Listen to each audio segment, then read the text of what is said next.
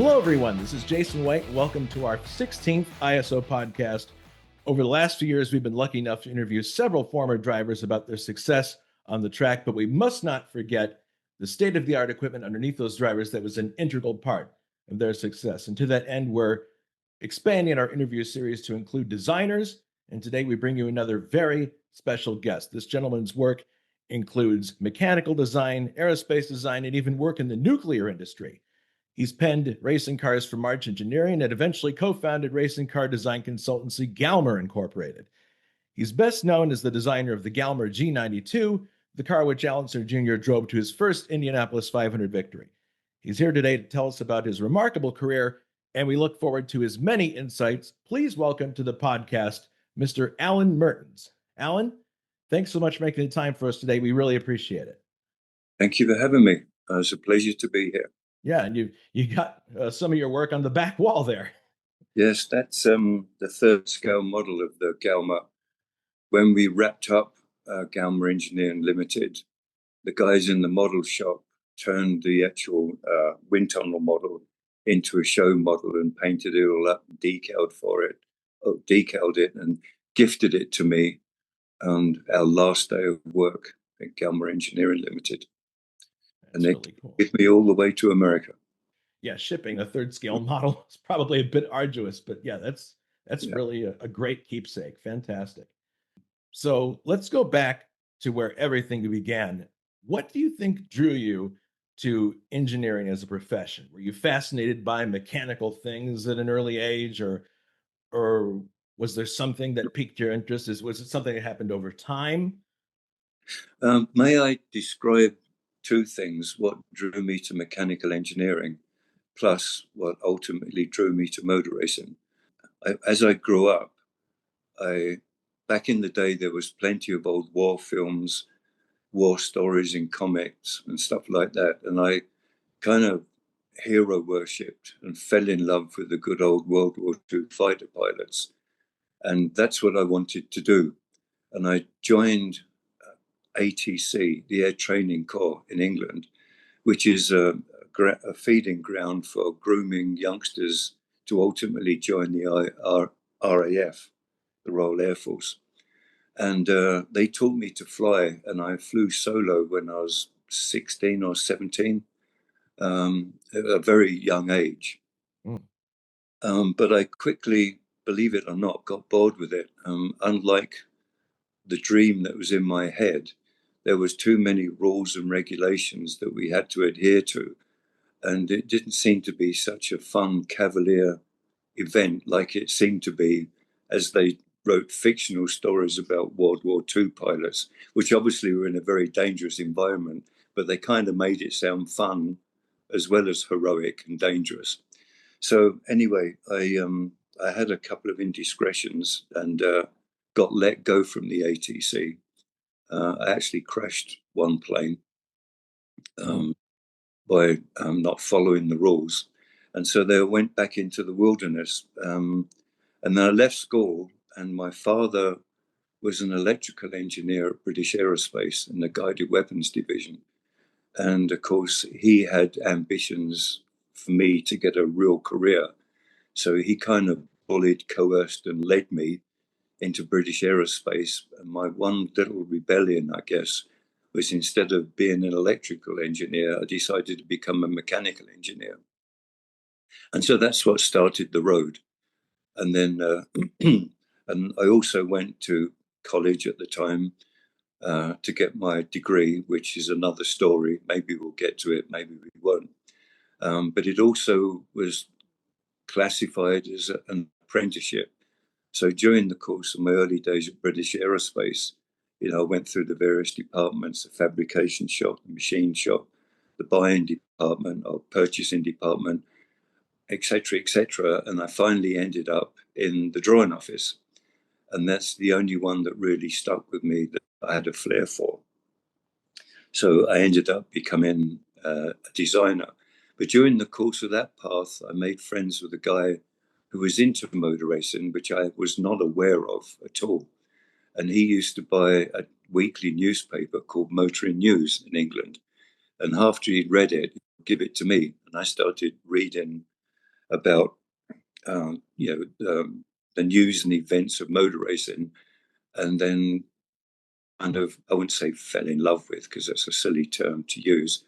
Then Jochen Rindt became my new hero. He became the replacement for all of the things I originally desired to become, which is a fighter pilot.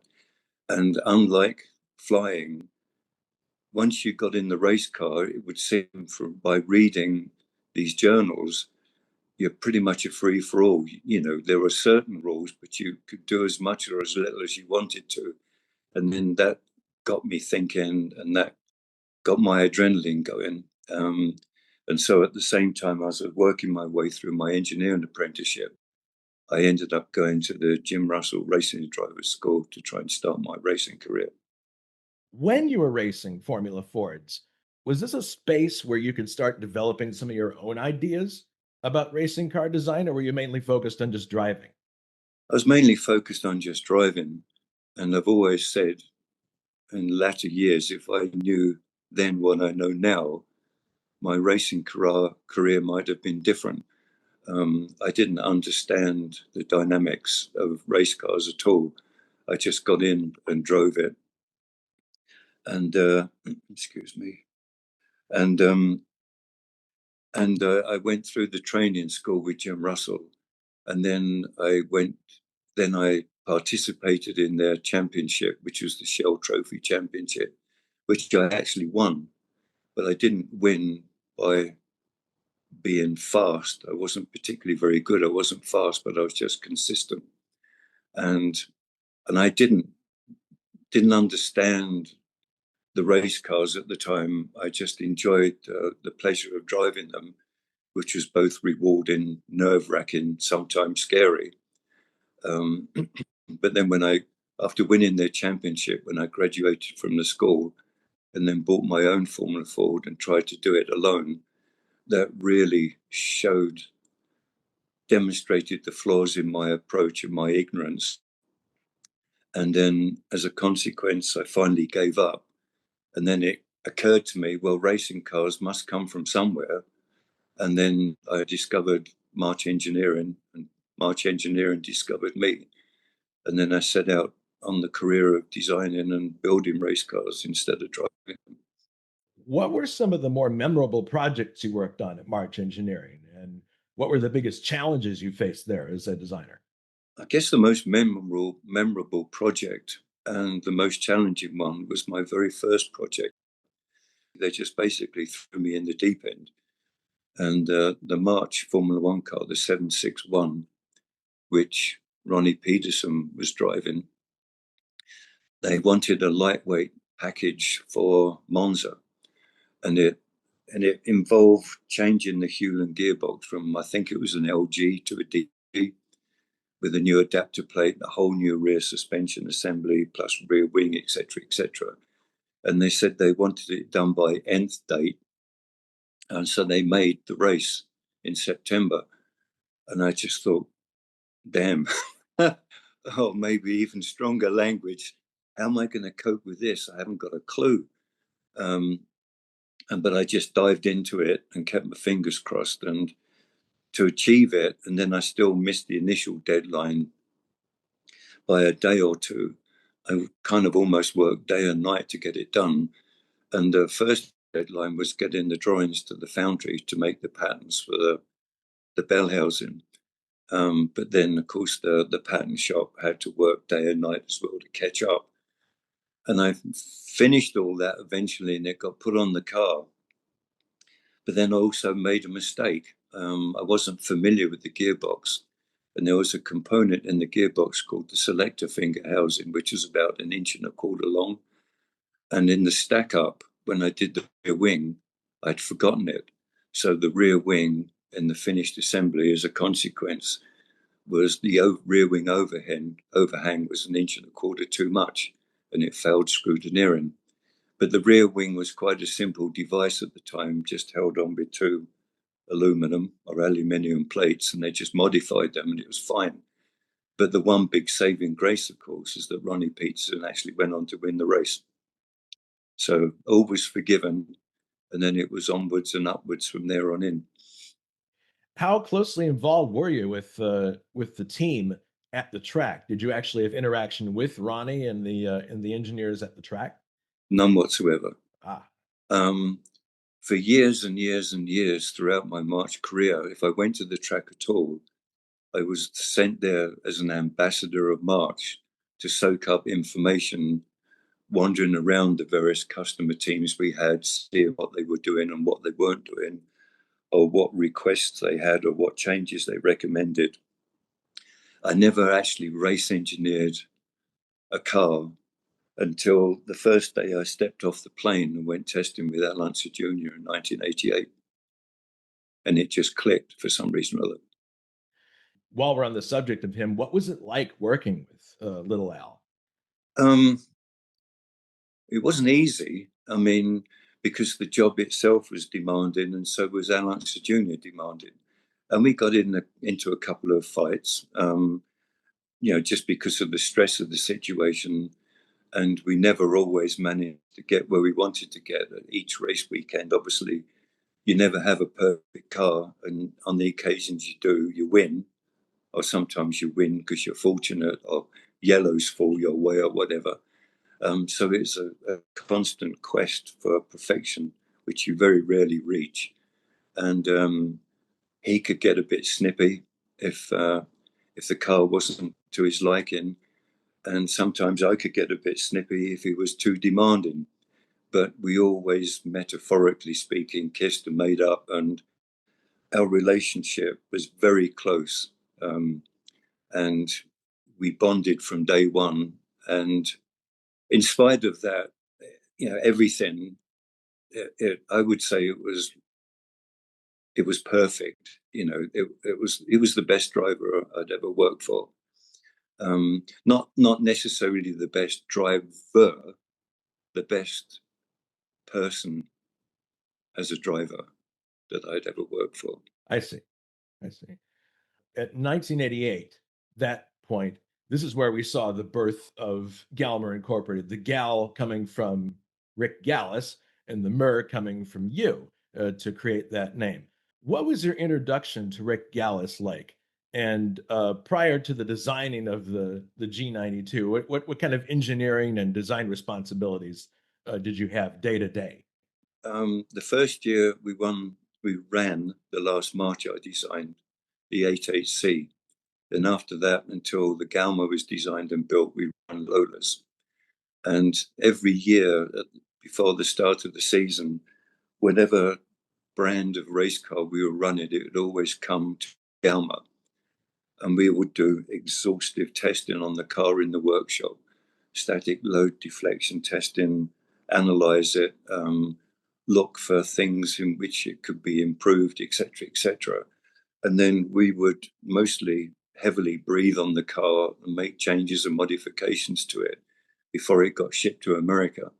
And then once the cars were in America, then I was just a flyaway race engineer. I just commuted backwards and forwards for every race and test throughout the year, flying backwards and forwards from England to America to the team. And Rick already had a previous relationship with Al Unser Jr. And Al Unser Jr. was under a lot of pressure because he didn't have a very good time with Domino's at Shearson Racing, his Domino's pizza car. And he was desperate to finally prove himself because there was still the age-old feud between him and Michael Andretti. And so Rick pretty much put his faith in Al Unser Jr.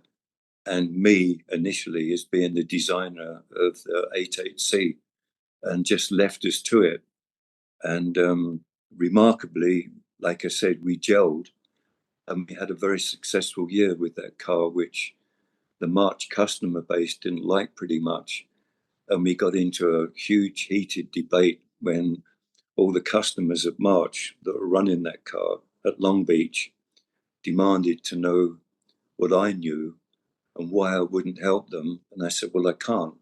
I'm not on March's payroll anymore. Now I'm working for Gallis and Al Unser Jr. All the information is proprietary to them. And there were quite a few really cross people at the time because they felt they were left alone without any support from March as a company or any one of their engineers or designers, namely me. But we proved that the car was capable, and it was that was a difficult time in my career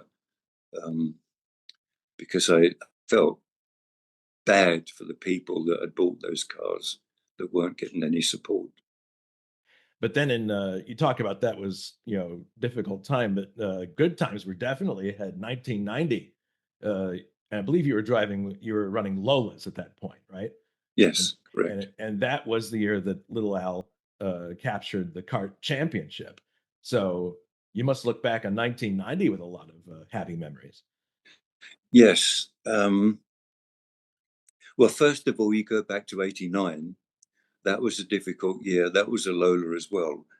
And we were doing okay until Emo, unfortunately took us out on the penultimate lap at Indy while we were actually leading. So we felt that would have been our first Indy 500 win that was stolen from us. And for the rest of that year, Junior and I couldn't really kind of get our act together.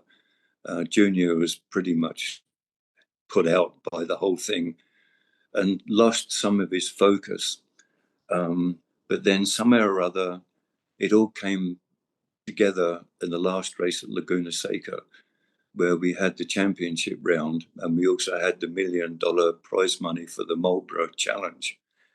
And that was one of our biggest arguments. We couldn't get the car to work. And just before qualifying, Junior had a temper tantrum. And of course, we're both, believe it or not, although I've got no hair now, we were both typical redheads, and fiery redheads. And so I fought back and we had an argument. And Junior stomped off back to the motorhome. And I sort of cooled down for about 15, 20 minutes. And I thought, okay, well, I better go and have a word with him. We just can't leave it like this. So I went into the motorhome and Shelley gracefully retired because she didn't want to witness the whole scene. And we must have spent like an hour and a half going over everything we could think of in the car. And the guys were waiting on the setup pad for me to come back with some information. When I got out the motorhome and went into the garage area, everyone else was gone except for the Gallus team. And it's really quite funny in retrospect. I got there and they were all thinking, well, what's he going to do? What's he going to do? We're going to be here all night working on the car. And I just said, well, after all that, we've decided to just lower the rear ride height by 1/16 of an inch. And that was it. They went, what? You got to be kidding me. And I said, no, that's what we've come up with. And the next day, we just blew everybody away. We won the Marlboro Challenge, won the $1 million. We were leading the kart race easily until he hit a rabbit, which destroyed one of the radiators and we were taken out. And then that kind of set the tone for 1990. And the 1990 Lola was one of the most heavily modified cars at Galma before we sent it to the race team. We identified a very weak front end, the chassis being the fifth spring, so to speak. And if it's a flexi flyer, then whatever changes you make to the suspension during setup changes, it kind of gets absorbed by the fifth spring. And you have to over exaggerate the changes for the car to actually feel it. And we found out from the dash bulkhead forward that the car was pretty much a flexi flyer. It wasn't very stiff, torsionally stiff at all. So we designed a whole new set of carbon panels and completely lined the inside of the footwell, like up to the dashboard, with additional carbon panel structures and stiffened it all up. And that ultimately, just when we got to the track, the car was just beautiful. That was a really good car. And dare I say it, trying to be humble about it, but we just dominated that year. Like Marshall Pruitt said, like we had something like 15 top 5 finishes or whatever. I can't remember exactly, but then that was the year also where we won 4 consecutive races in a row at one time. Then in 1991, the fateful decision is made that you're going to build your own car for Gallus Racing, which would eventually become known as the G92. In the 80s and 90s, most IndyCar teams purchased their cars, like, say, from March or from Lola. And at the same time, you had teams like, for example, Penske Racing and True Sports, who decided to build their own cars. Penske, obviously, the more successful of those two, had a really good run, had some hiccups along the way, but still produced, by and large, very good cars. Tell us what led to the decision to design the Galmer and how much of that decision was influenced by the success of teams like Penske Racing. Um, excuse me, it was influenced by Penske Racing, where Rick always considered them to have what he called an unfair advantage because they had their own car, which is unique to them. They could do what they wanted with it, and they could design a car specifically around their drivers, tailored to their needs. Junior, I always called him Junior, not Alan to Junior. Junior was aware of this as well. And by this time, he was a huge fan of mine, and he was one of the people that was instrumental in convincing Rick Gallus and Maury Cranes to actually go ahead with their own car. And we were at Portland when the decision was finally made, and Rick and Maury presented me with this huge check, and basically told me to have at it. And of course, I was quite excited about all that. But then I never made it back home. I ended up in the hospital overnight, was sick, and missed my flight back to England. So the good news, bringing it back to the factory, was delayed by a day. And then, but we were also aided and abetted by Junior. He put $100,000 into it of his own personal money. And General Motors came to the table as well and also gave us that similar amount of money so we could buy a wind tunnel arm assembly, a wind tunnel balance assembly, which was, as you know now, suspended from the ceiling in the working section. So we could upgrade the wind tunnel in MIRA, the Motor Industry Research Association, where we were going to do the wind tunnel testing. So we had financial support from 2 other sources. And then again, the wind tunnel thing is another story for down the line that unfortunately turned out to be a bit of a disaster. But so there, and that really started it all off, which went on from there.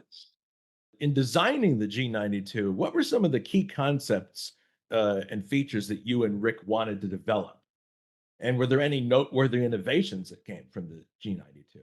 There was noteworthy innovations because I was lucky enough to win the Louis Schwitzer Award at Indy for design innovation.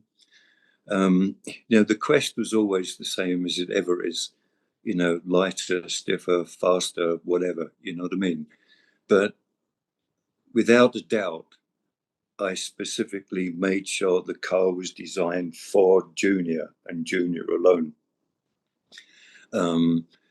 And that's what we wanted. The innovation was mostly the back end of the car. The turbocharger was turned through 90 degrees. And so we had exhaust and wastegate exhaust coming out equally on either side of the car.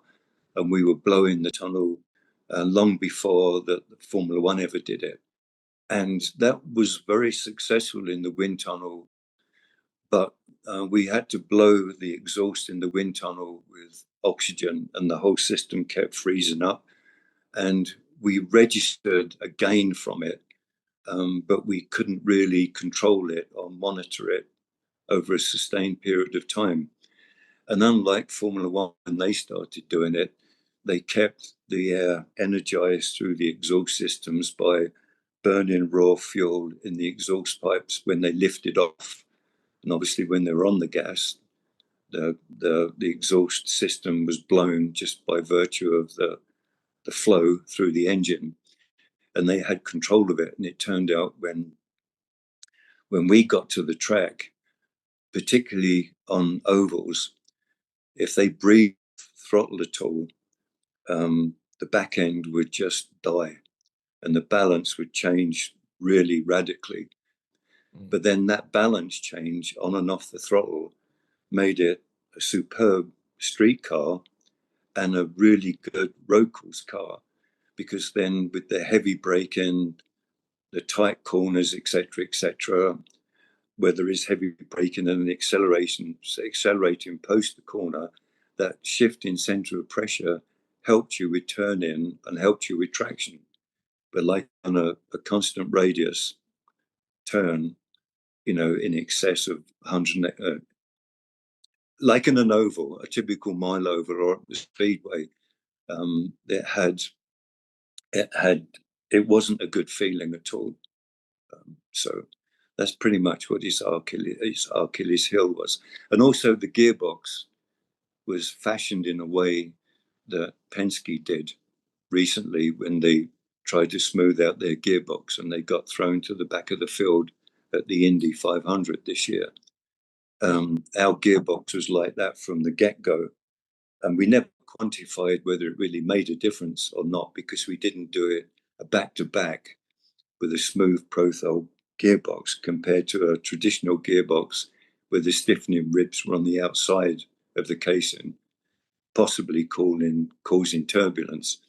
But it's a very turbulent area, relatively speaking, the efflux and the tunnels anyway. But it was that whole concept. And of course, the other thing is we turning the turbos around.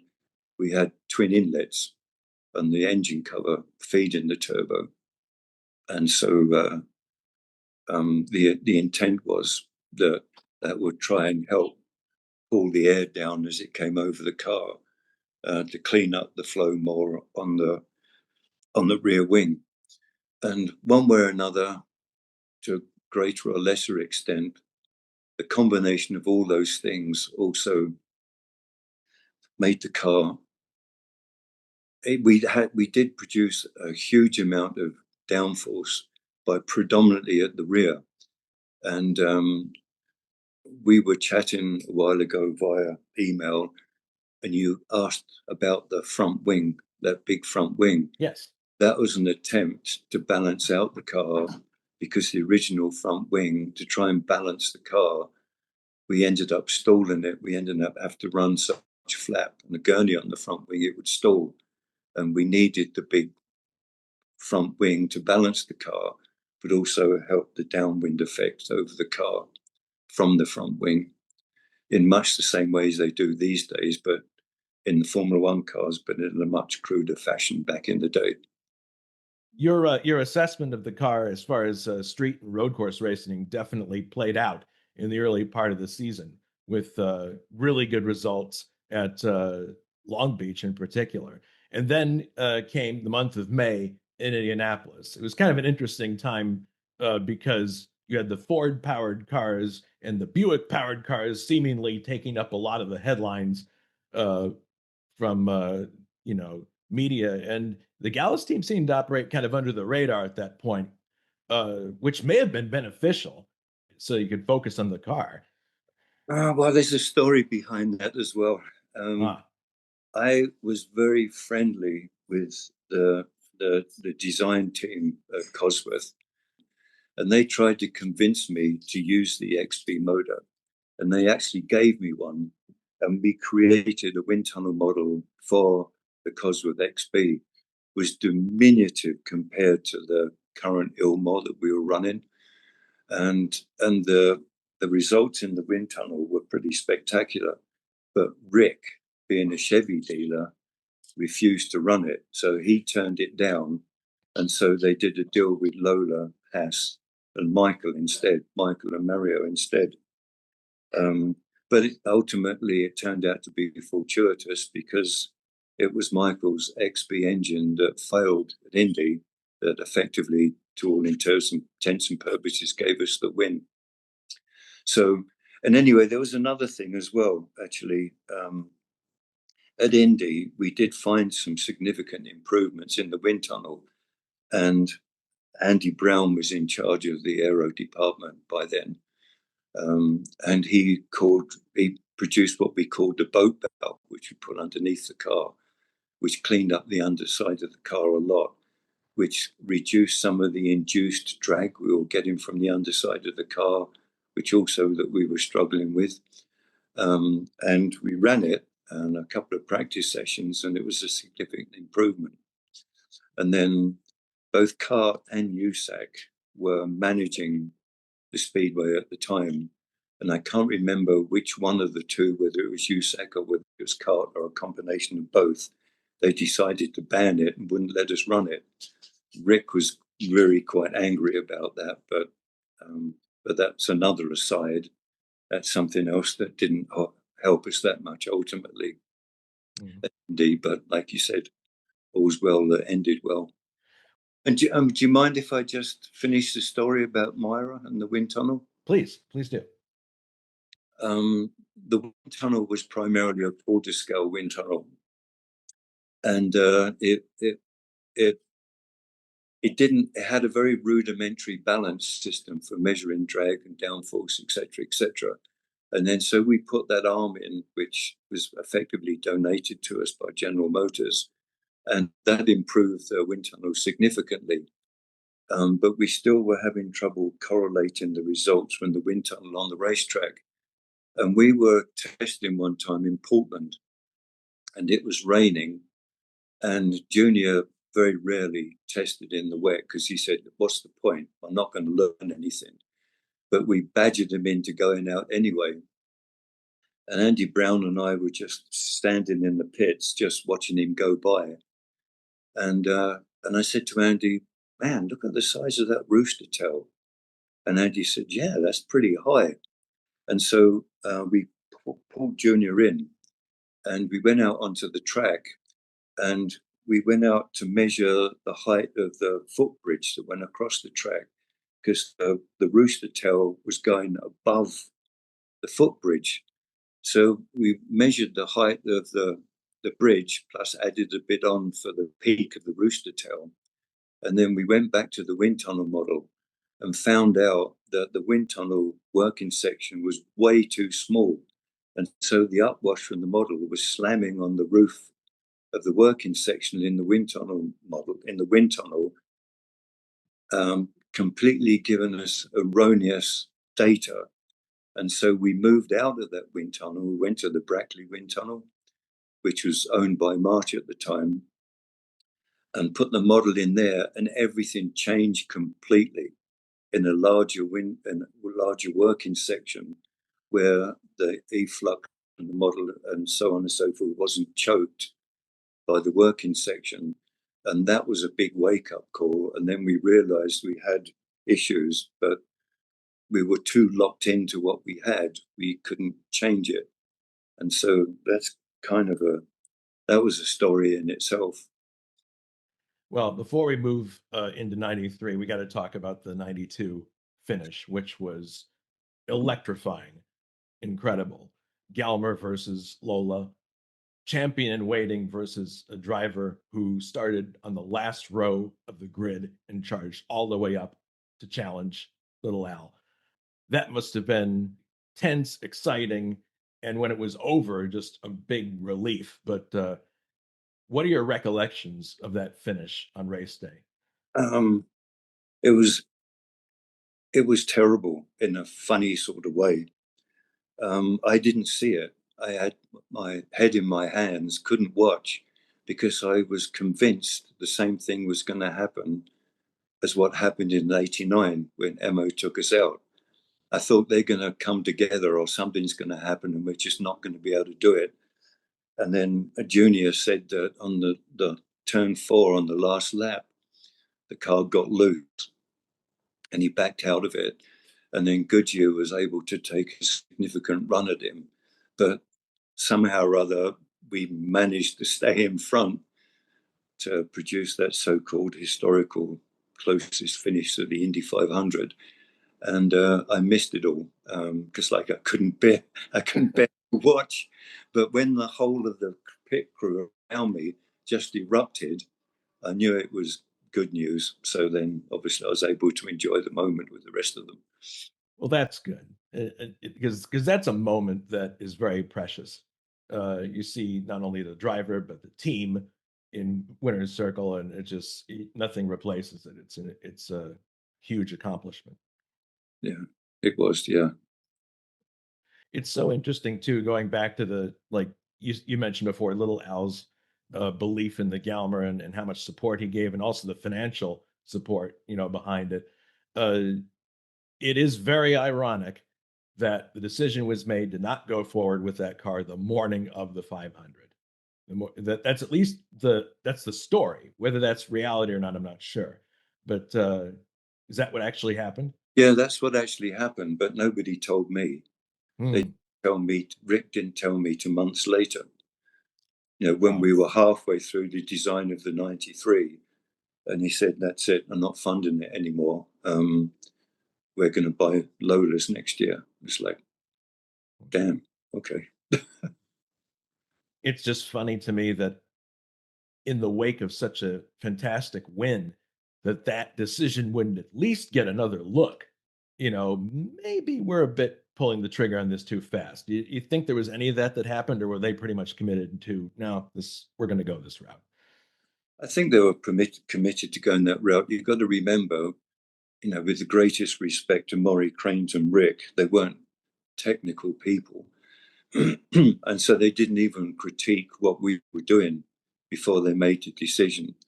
It was an emotional decision based on some of the problems we had with Galma in its first year, which should have been somewhat excusable for a first-time effort without letting it mature. So it was more of an emotional and a financial decision without any consideration of what the future might hold if they'd have proceeded. Well, it's an interesting what might have been, Mm. to think about. Um, I really appreciate all the insights you've given us and some stories that frankly I wasn't expecting. There's always, when you peel back the onion, there's always more there. But when you look back at your career to date, we have to say to date because it's not over yet. Uh, what achievements are you most proud of? Well, okay, with the caveat that you're asking me for a personal assessment of what I've done and what I feel most proud of. There are very few things that you do as an individual in motor racing. You're always part of a team. You may be leading the team, you may be a team member being led or whatever throughout your career. But apart from the concept of a Galma and the Galma company, after that, you're as good as the people that work for you. And I had some brilliant people working for me. They were dedicated, they were hardworking, they're extremely talented, both on the shop floor and the design office, etc., on the management side. And they made it easy for me in a way. We had problems during the course of the build where the composite company that was building the chassis and the bodywork went bankrupt. Mm. And the receivers had to try and claw everything back out of them, and we had to find another supplier. We were put behind the eight ball, but all my guys just stood behind me. They never gave in. So it's all a team thing. The closest thing I ever did that was more personal to me was my relationship with Alan Jr. as a race engineer. Even though I had a fantastic team of people behind me, the Gallus team, all the mechanics and the infrastructure at the race team, that one-on-one relationship that I had with Junior was probably the most personal aspect of my career that I could look back on. And that was successful and very, very rewarding. And of course, Alan Jr. is just a brilliant guy, an awesome driver, and mostly underrated because everybody liked the spectacular flair in the way which Michael drove the car. But there was always Junior lurking in the background. And then when he put the pedal to the metal, to use that wise old phrase, Michael would be really upset because Junior came from nowhere and on many occasions ended up spanking him. It's like, what the hell happened? So just to tell you what a nice guy he was, when I went back to Gallus to do the IRL series in 2000 and 2001, which is what brought me to America to live, when the team folded up at the end of 2001 and I was out of a job, out of his own pocket, Junior gave me another $100,000 personally to be able to live on while I was looking for a job. And then until I found another job, I designed another car, which was a sports car for the SCCA series, and then also ended up driving a bus of all things to keep myself busy. Wow. Until I finally found a real job, which was in the commercial nuclear industry. My task was not to delve into the depth of nuclear fission or anything else like that. Mine was to provide the hardware to make their ambitions a reality. So it was purely a mechanical job still. And we were renovating nuclear power plants that were built in the 50s, and none of it was done in CAD. We had all their old architectural drawings. My job, as the boffins, as I call them, the scientists, came up with things that they needed to do to improve the nuclear power plants and make them safer. It was my task to implement them and design all the mechanical components that would allow that to happen as such. And I was the only person at the time in the company that really did any CAD work. So all of a sudden, I became the be-all and end-all of the mechanical design thing. But then I built up a mechanical team around me, and we employed more and more mechanical designers as what was called the GSI 191 thing, which was brought to us by the nuclear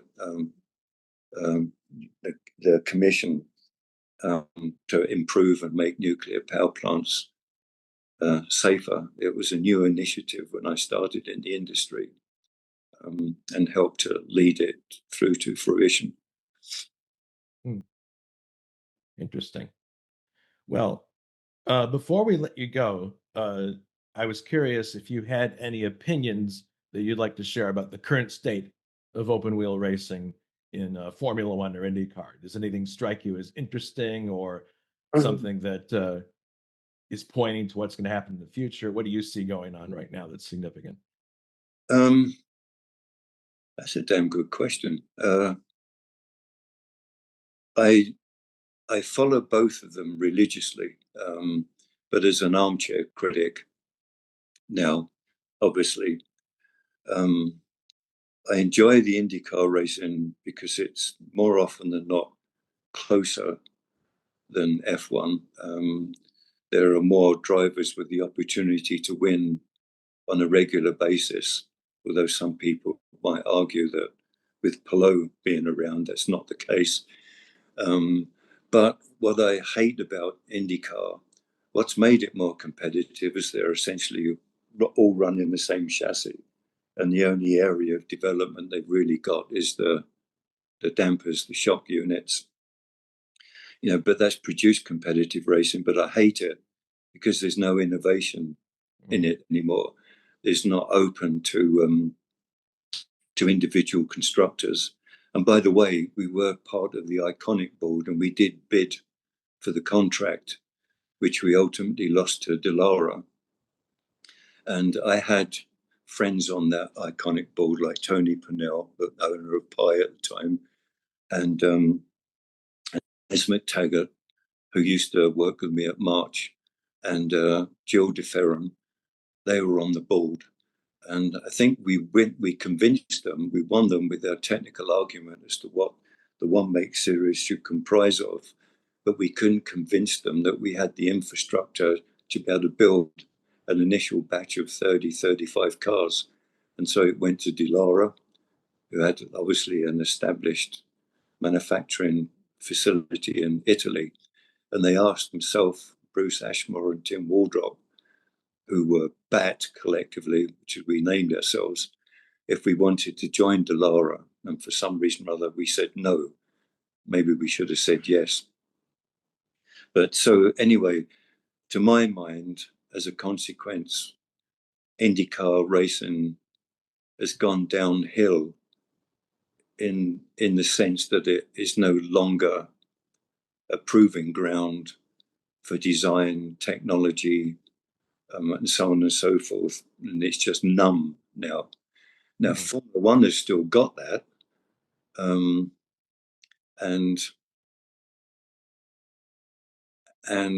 I kind of getting fed up to a large extent of watching DRS trains. Yeah, I can relate to that.